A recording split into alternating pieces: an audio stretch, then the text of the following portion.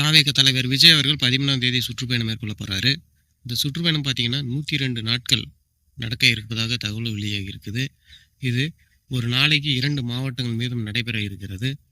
சுற்றுப்பயணத்துக்குன்னு தனி வாகனம் ஒன்று அமைக்கப்பட்டிருக்கிறது. இந்த வாகனத்தில் தான் அவர் சுற்றுப்பயணம் நடத்த போகிறாரு. சுற்றுப்பயணம் நடத்தக்கூடிய விஜய் அவர்கள் அவர் பிரச்சாரம் செய்கிற வாகனத்திலே தங்க போகிறாரு. ஏன் அப்படின்னா, ஹோட்டல்களில் அவருக்கு ரூம் யாரும் எதுவும் கொடுக்கலையா. ஏன்னா அங்கே கூட்டம் அதிகமாக கூடிரும், எங்கள் ஹோட்டலுக்கு பாதுகாப்பு இல்லை அப்படின்றதுனால அவர் அதனால் ஹோட்டல் உரிமையாளர்கள் வந்து அவருக்கு ரூம் கொடுக்கல. அதனால் விஜய் அவர்கள் அவர் பிரச்சாரம் செய்யக்கூடிய வாகனத்திலே தங்க இருக்கிறாரு. விஜய் அவர்கள் நடைப்பயணம் பிரச்சாரம் செய்வதாக இருந்த நிலையில் அவருக்கு பாதுகாப்பு கொடுக்க முடியாது. நடைப்பயணம் பிரச்சாரம் மேற்கொண்டால் வருகிற மக்களுக்கும் பாதுகாப்பு கொடுக்க முடியாது, விஜய் அவர்களுக்கும் பாதுகாப்பு கொடுக்க முடியாது. அதனால் காவல்துறை என்ன சொல்லியிருக்கு அப்படின்னா, நீங்கள் வந்து இந்த நடைப்பயண பிரச்சாரத்தை கேன்சல் பண்ணிக்கின்னு வாகனத்திலே பிரச்சாரம் செய்யுங்க அப்படின்னு சொன்னதுனால அவர் வாகனத்திலே பிரச்சாரம் செய்கிறாரு. விஜய் மீது பேரன்பும் பாசம் கொண்ட தொண்டர்கள், விஜய் ரசிகர்கள் பார்த்தீங்கன்னா, விஜய்க்கு பாதுகாப்பு நீங்கள் தான் கொடுக்கணும். அவர் சுற்றுப்பயணம் மேற்கொள்ளும் பொழுது பார்த்தீங்கன்னா, அவருக்கு பாதுகாப்பாக எந்த பிரச்சனையும் செய்யாத அளவுக்கு நீங்கள் பாதுகாப்பு கொடுக்க வேண்டும்.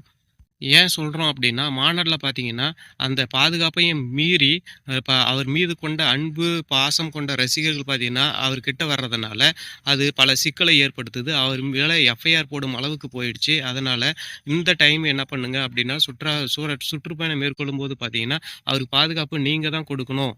பல கட்சி தலைவர்கள் சுற்றுப்பயணம் மேற்கொண்டுட்டு வராங்க. குறிப்பாக சொல்லணும் அப்படின்னா, தேமுதிக பிரேமலதா விஜயகாந்த் அவர்கள் சுற்றுப்பயணம் மேற்கொண்டுட்டு வராங்க.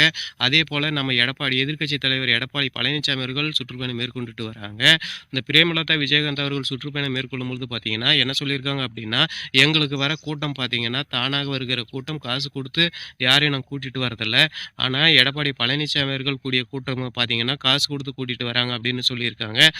தேமுதிக பிரேமலதா விஜயகாந்த் சுற்றுப்பயணத்துக்கு பார்த்தீங்கன்னா, அதிக அளவு கூட்டம் கூடுறதில்ல. ஆனால் நம்ம எதிர்க்கட்சி தலைவர் எடப்பாடி பழனிசாமிக்கு பார்த்தீங்கன்னா, எங்கே பார்த்தாலும் மக்கள் வெள்ளம் அதிகமாக தான் இருக்குது. இந்த நிலையில் நம்ம எதிர்க்கட்சி தலைவர் எடப்பாடி பழனிசாமிக்கு கூடுற கூட்டத்தை விட விஜய் அவர்கள் சுற்றுப்பயணம் மேற்கொள்ளும்போது அதிக அளவில் கூட்டம் கூடும் என்று எதிர்பார்க்கப்படுகிறது. விஜய் அவர்கள் மாநாட்டில் 30 நிமிடம் பேசுகிறதுக்கே பார்த்தீங்கன்னா, பல நியூஸ் சேனல்கள் பார்த்தீங்கன்னா, ஒரு வாரத்துக்கு அவரை பற்றி பேசிகிட்டு இருக்கோம். இப்போ சுற்றுப்பயணம் மேற்கொள்ள போகிறாரு, தினம் தினம் பேச போகிறாரு. அதனால் பார்த்தீங்கன்னா, அரசியலில் அதாவது நியூஸ் சேனல்கள் எங்கே பார்த்தாலும் அவர் பேச்சு தான் பேச போகிறாங்க. இதனால் அவருடைய வாக்கு எண்ணிக்கையும் அதிகரிக்கும். விஜய்க்கு கூடுற கூட்டம் எல்லாம் வாக்குகளாக மாறுமா அப்படின்ற கேள்விக்கு அவர் இந்த சுற்றுப்பயணம் மேற்கொண்டால் வாக்குகளாக மாறும் அப்படின்னு அரசியல் வட்டாரங்கள் சொல்லுது. இந்த சுற்றுப்பயணத்தின் போது அவர் என்ன பேச போகிறார் அப்படின்னா, அந்தந்த மாவட்டங்களில் திட்டங்களை கொண்டு வந்து நடைமுறைப்படுத்தாமல் இருக்கக்கூடிய திட்டங்களை பற்றியும், அந்தந்த மாவட்டத்தில் கட்சி தலைவர்கள் செய்யும் ஊழலை பற்றியும் அவர் பேச போகிறாரு. இன்னும் ஒரு வார காலமே உள்ள நிலையில் அவர் சுற்றுப்பயணம் மேற்கொள்வதற்கான ஏற்பாடுகள் மிக தீவிரமாக செயல்பட்டு கொண்டு வருகின்றன. பார்ப்போம் அவர் சுற்றுப்பயணம் எப்படி இருக்க போகிறது, அந்த எந்த அளவுக்கு அரசியலில் தாக்கத்தை ஏற்படுத்த போகிறது அப்படின்றதை பார்ப்போம்.